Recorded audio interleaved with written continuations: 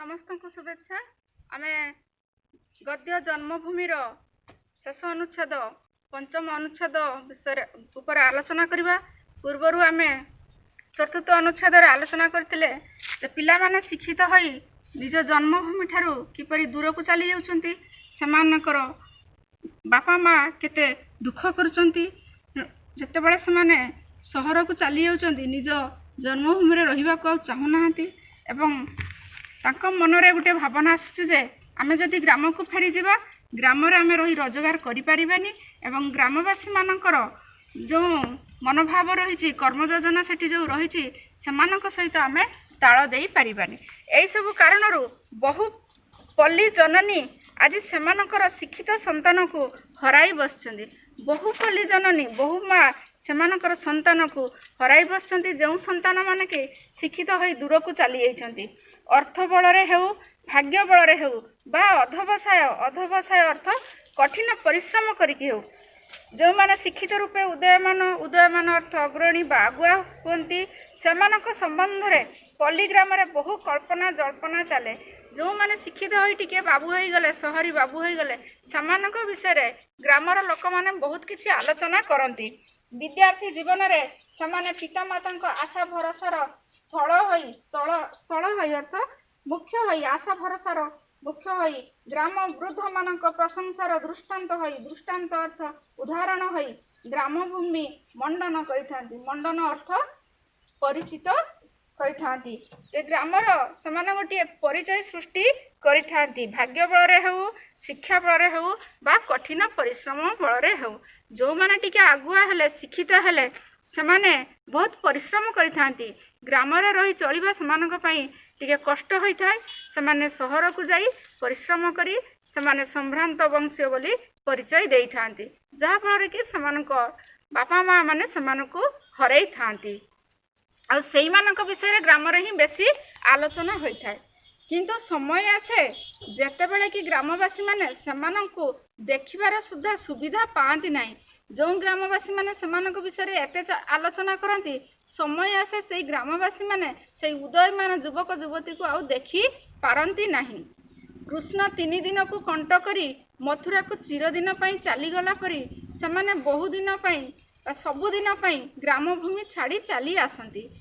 कृष्ण 3 दिन को कंट करी, कंट अर्थात शपथ करी जे कृष्ण 3 दिन को कंट करी शपथ करी तांको माँ जशोदा को कथा देकी गले जे मु 3 दिन परे फेरी आसीबी, किंतु से सबुदिन पई रही गले आउ तांकर जन्मभूमि मथुरा बा जशोदा कूल को फेरिले नाही। सेमाने सबुदिन पई ग्रामभूमि छाड़ी चली जाती। एई बळी शिक्षित लोक माने जेमिति कृष्ण 3 दिन परे फेरी आसीबे कही चली गले जे आउ फेरिलेनी। शिक्षित लोक माने ग्राम को आउ फेरु नांती, सेमाने भी से कृष्ण परी दूर रे रही जाउछथि। किंतु केही के भाबंती नाही जे एही अनैतिकता बा विश्वासघातकतारु कृष्णक परी महापुरुष सुधा पार पाई नथिले। जे कृष्ण एते स्नेह श्रद्धा पाइतिले जशोदा माता ठारू, जशोदा माता को से ठकी देई सबुदिन पई तांको ठारू दूरेई जाइतिले। कृष्ण तो भगवान से तो जणे महापुरुष जे सिए भी अनैतिकता कार्य कले अर्थात निज माँ को ठारू दूरेई गले, विश्वासघातकता कले, तांको जन्मभूमि को से फेरिले नाही, विश्वासघातकता कले। कृष्ण भी करिथिले। तेणु आजिर शिक्षित युवक युवती कथा कौन कहवा। नंद जशोदा व गोपी गोपाल असीम स्नेह परिचालित होई शेष बेलू को प्रवंचना करी कृष्ण गोपपुर छाड़ी चली गले।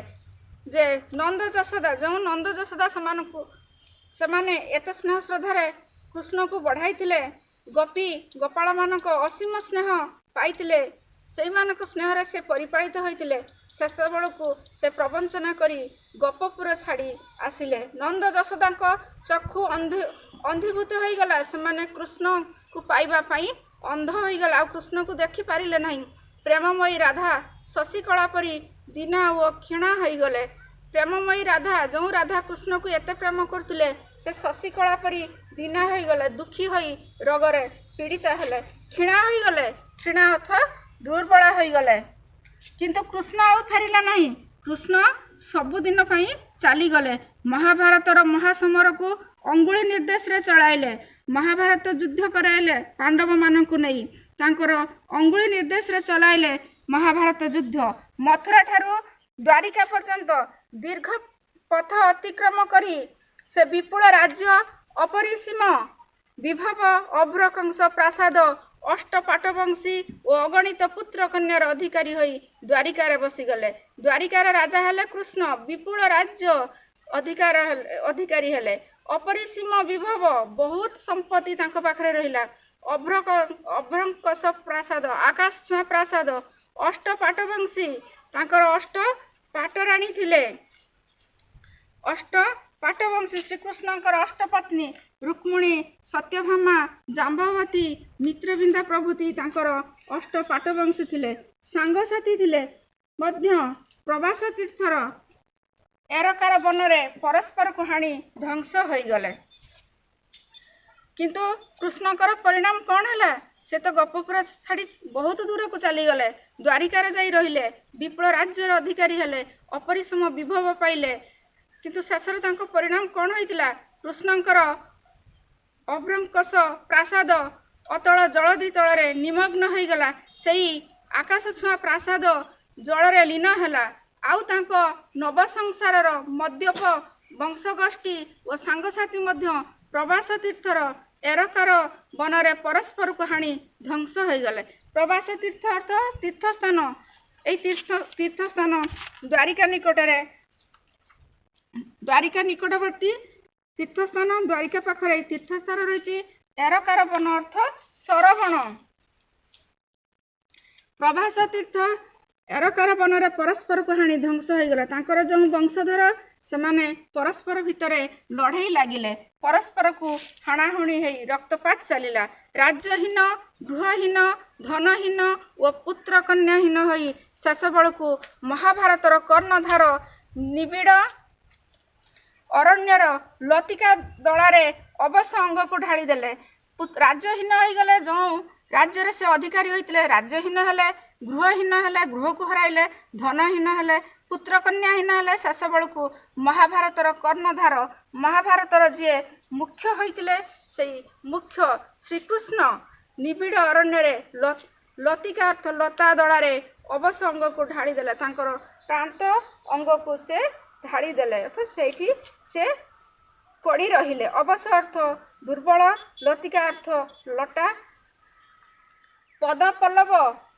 पल्लव अर्थ तांको पाद एते कोमल हो गला पल्लव अर्थ कौलिया पत्र जे कौन पत्र परी तांको पाद नरम हो गला जो पाद कि गोपपुर रे थिला बेले बहुत कठिन होइतिला बहुत टाण होइतिला गोरु चराई की भी जो पाद एते कठिन होइतिला द्वारिकार रही राजप्रसाद रही सही पाद बहुत कोमल हो जाइतिला किंतु शेषरे सुधा शांति रे रही पारले नाही शेष समय से शांति रे रही नथिले जन्मभूमि को छाड़ी से केबे भी शांति रे रही पारि नथिले अल्प क्षण परे तांकर दलायमान पदपल्लवरे दलायमान से जो लता दली रे झलुतिले सेही दलायमान पदपल्लवरे कौन पादरे अभिशाप परी निष्ठुर लोहसरटी आसी पड़िला निष्ठुर लोहसर आसी तांको आघात देला एहा मध्य तांकर कृतकर्मर परिणाम एटा ही होउछि तांको कर्मर फल जन्मभूमि को छाड़ी दूर रे रहिबार फल पाइले से जो पाद गपपुर रे गोचारण द्वारा चर्म पादुका परी कठिन होइतिला गोरु चराई जो पाद कठिन होइतिला गपपुर रे रही से जते टाणुआ होइतिले द्वारिकार रही से नरम होई गले ता द्वारिकार राजभोगर नवपल्लव परी रक्ताभ होई पड़ला तांको पाद रक्तवर्ण धारण कला अर्थात तांको पाद लाल पड़ी गला एणु निर्बोध व्याध मनरे जे ताहा हरिण कर्णर भ्रम आनीदेव एथिरे विचित्रता बा कौन अच्छी जो व्याध शिकार करने को जाइए से श्रीकृष्णकर कमल पाद को हरिण कान बोली भावी नहीं सही व्याध होची जारासबर शराघात कृष्णकर मृत्यु होइतिला जारासबर श्रीकृष्णकर पाद को हरिण कान परी मन करी भ्रम संदेह रे से तीर मारी देछि सेही तीर बाजी एते रक्ताक्त होई पड़िले जे कृष्णकर सेठी मृत्यु होइतिला एही पुरातनी गाथारे सत्य रही पुरातनी अर्थ एही पुराना कहानी रे सत्यता भरी रही एणु बहु शताब्दीर विस्मित भेद करी ताहा आज आम्भମାନଙ୍କ पाखरे पहुँची पारिछि। ये तो केते शताब्दीर कथा, द्वापर जुगर कथा। कृष्णक नवराज्यर अभ्रंकस प्रासाद आउ नाही। से जो नूतन राज्य सृष्टि करथिले सेई राज्य रे आकाश छुआ प्रासाद आउ देखिबा को मिलुनी, किंतु तांको मातृभूमिर गप, वृंदावन, जमुना, गोपी, गोपाल इत्यादि सबु पूर्व परी रहिचंती। आज द्वारिका हुए तो न थाई पारे, किंतु गोपपुर रहिछि। गोपपुरर से वृंदावन रहिछि, जमुना नदी बहुछि, गोपी गोपाल माने सबु रहिचंती। पूर्व परी आज मध्य जमुना बही चली। जमुना नदी जमिति बही बही बही चला पूर्वर द्वापर जुगरे आज भी कली जुगरे बहुची। वृंदावन रे पुष्पित कदम्ब रे आज मध्य मयूरर उद्धत नृत्य देखा जाए। वृंदावन रे जो कदम्ब फुटिथिबा कदम्ब फूल को देखी मयूर आज भी उद्धत नृत्य करुची। वो आज मध्य दूर वंशी सुनरे अनुढ़ा अनुढ़ा अर्थ अविवाहिता गोपकन्यार मन अहेतुक व अनाहुत व्यथारे भाराक्रांत होई उठे। गोपकन्या अर्थ गोपपुर थिबा तरुणी मानकर मन अहेतुक, अहेतुक अर्थ किछि कारण न थाई, अनाहुत किछि क्षत न होई, किछि कारण न थाई, किछि क्षत न होई, किछि कष्ट न पाई कि भी तांको मनर व्यथा होछि, तांको मन व्याकुल होई पड़ुछि, भाराक्रांत होई उडुछि तांको मन जेतेबेले से मयूरर उद्धत नृत्य को देखुचंती। कृष्णकर एई अमर गाथारू बहु कथा शिखिबार अछि। एई अमर गाथा एइटा ही कृष्णकर होछि गोटिए अमर गाथा। से गोपपुर छाड़ी द्वारिका जाइचंती। द्वारिका समुद्र रे लीन होई जाइछि, किंतु गोपपुर रहिछि। गोपपुरर सेई अविवाहिता तरुणी माने रहिचंती। दूररू वंशीश्वर को शुणी पारुचंती, किछि कारण न थाई भी तांको मन कष्ट हेउछि। फुटुथिबा बा फुटिथिबा कदम्ब को देखि मयूर सेठी नृत्य करुछि। यह सत्य जे भारतीय अर्थनैतिक बेष्टिनी रे पाश्चात्य शिक्षा पद्धति को थई दिया जाइछि। एई कथा सत्य। भारतीय अर्थनैतिक बेष्टिनी रे भारतर जो प्रकार अर्थनैतिक योजना होछि सेठी पाश्चात्य विदेश शिक्षा नीति को थई दिया जाइछि। एणु पाश्चात्य शिक्षार शिक्षित माने जे पाश्चात्य जीवन धारणर मान अनुसरण करिवे यह निश्चित कथा। जोंटी पाश्चात्य शिक्षा रही, जोंटी पाश्चात्य योजना रही, सेठी शिक्षित लोक माने काहेकि से योजना को ग्रहण न करिवे बा काहेकि सेही भली पाश्चात्य लोक मानक परि काहेकि जीवन धारण न करिवे। तथापि बहु सहस्र शिक्षित मध्यरु जो माने समानक महानुभवतार परिधि अर्थात सीमा को पॉलीग्रामरु प्रथम आरंभ करी विश्व पर्यंत व्याप्त करि पारचंती, सेही माने ही आंभ मानक नमस्य। को माने आम मानकर नमस्य जो माने से क्षुद्र पल्लीभूमि जीवन आरंभ करचंती, जो माने क्षुद्र पल्लीभूमि स्नेह ममता पाई शिक्षित होइचंती, पाठ पढ़ी बड़ लोक होइचंती, विदेश को जाइचंती, विदेश को जाई मध्य पल्लीग्रामर उन्नति कथा चिंता करचंती, पल्लीग्राम को भूली नाहाती, सेही माने ही आमर नमस्य। किंतु स्वाभाविक पंथा छाड़ी जो माने ग्रीष्य देवता एटलास परी समस्त विश्वर भार बहन करचंती बोली कुबुज होई चलचंती। कुबुज अर्थ पूजा, समान खाली प्रवंचना करथांती, प्रवंचना अर्थ छलना करथांती। एटलास के ये होचंती ग्रीष्य देवता। प्रतिश्रुति रक्षा करबा लागि से पृथ्वी को निजर दुई हातर टेकी धरतिले। से प्रतिश्रुति को रक्षा करिया पई से पृथ्वी को दुई हातर टेकी धरतिले एवं पूजा होई पड़ितिले। तेणु जो मैंने कहते जे आम सारा विश्वर भार को मुंडाई रखा, विश्वर भार को आम ठीक करके रखा, से केवल ठकई था छलना करि। जे भल ग्रामवासी नुहे से भल ओडिशावासी नुहे, जे भल ग्रामवासी नुहे से भल ओडिशावासी किपरि हबो। जे भल ओडिशावासी नुहे से भल भारतवासी नुहे, जे भल ओडिशावासी नुहे से भल भारतवासी भी होई परिबनी, जे भल भारतवासी नुहे से भल विश्ववासी होई न पारे, जे भल भारतीय भी नुहे से भल विश्ववासी भी नुहे। जो माने पाश्चात्य शिक्षार समस्त निगड़ छिन्न करी सेमानंक महानुभवतार परिधि को प्रथमे पल्लीरु आरंभ करी समग्र ओडिशा और भारतवर्ष को व्याप्त करि पारंती, सेमाने आंभ मानक नमस्य होती। निगड़ अर्थ बंधन, महानुभवता अर्थ महानता। ଯେଉଁମାନେ ପାଶ୍ଚାତ୍ୟ ଶିକ୍ଷାର ସମସ୍ତ ନିଗଡ଼ ଛିନ୍ନ କରି ନିଗଡ଼ ଅର୍ଥ ବନ୍ଧନକୁ ଛିନ୍ନ କରି ସେମାନଙ୍କ ମହାନୁଭବତାର ମହାନତାର ପରିଧିକୁ ସୀମାକୁ ପ୍ରଥମେ ପଲ୍ଲୀରୁ ଆରମ୍ଭ କରି ସମଗ୍ର ଓଡ଼ିଶା ଓ ଭାରତବର୍ଷକୁ ବ୍ୟାପ୍ତ କରିପାରନ୍ତି ସେମାନେ ଆମ୍ଭମାନଙ୍କର ନମସ୍ୟ ହୁଅନ୍ତି। ଯେଉଁମାନେ ଆଗେଇକି ରହିଛନ୍ତି ଯେଉଁମାନେ ଶିକ୍ଷିତ ହୋଇ ରହିଛନ୍ତି ଯଦି ସେମାନେ ପଲ୍ଲୀଗ୍ରାମକୁ ଭଲ ପାଇଛନ୍ତି ପଲ୍ଲୀଗ୍ରାମର ଉନ୍ନତି କଥା ଚିନ୍ତା କରିଛନ୍ତି ପଲ୍ଲୀଗ୍ରାମରୁ ଯାଇ ସାରା ବିଶ୍ୱରେ ଗୋଟିଏ ପରିଚୟ ସୃଷ୍ଟି କରିଛନ୍ତି ପଲ୍ଲୀଗ୍ରାମକୁ ଭୁଲି ନାହାନ୍ତି ସେଇମାନେ ହେଲେ ଆମର ଚିର ନମସ୍ୟ ସେଇମାନେ ହିଁ ସମସ୍ତଙ୍କ ପାଇଁ ଉଦାହରଣ କାରଣ ସେମାନେ ନିଜର ପଲ୍ଲୀଭୂମି ଜନ୍ମଭୂମିକୁ ବହୁତ ଭଲ ପାଉଛନ୍ତି ଜନ୍ମଭୂମି ପ୍ରତି ତାଙ୍କର ଗୋଟିଏ ନିବିଡ଼ତା ରହିଛି ସମ୍ବନ୍ଧ ରହିଛି ସେମାନେ ଆମର ନମସ୍ୟ ଅଟନ୍ତି।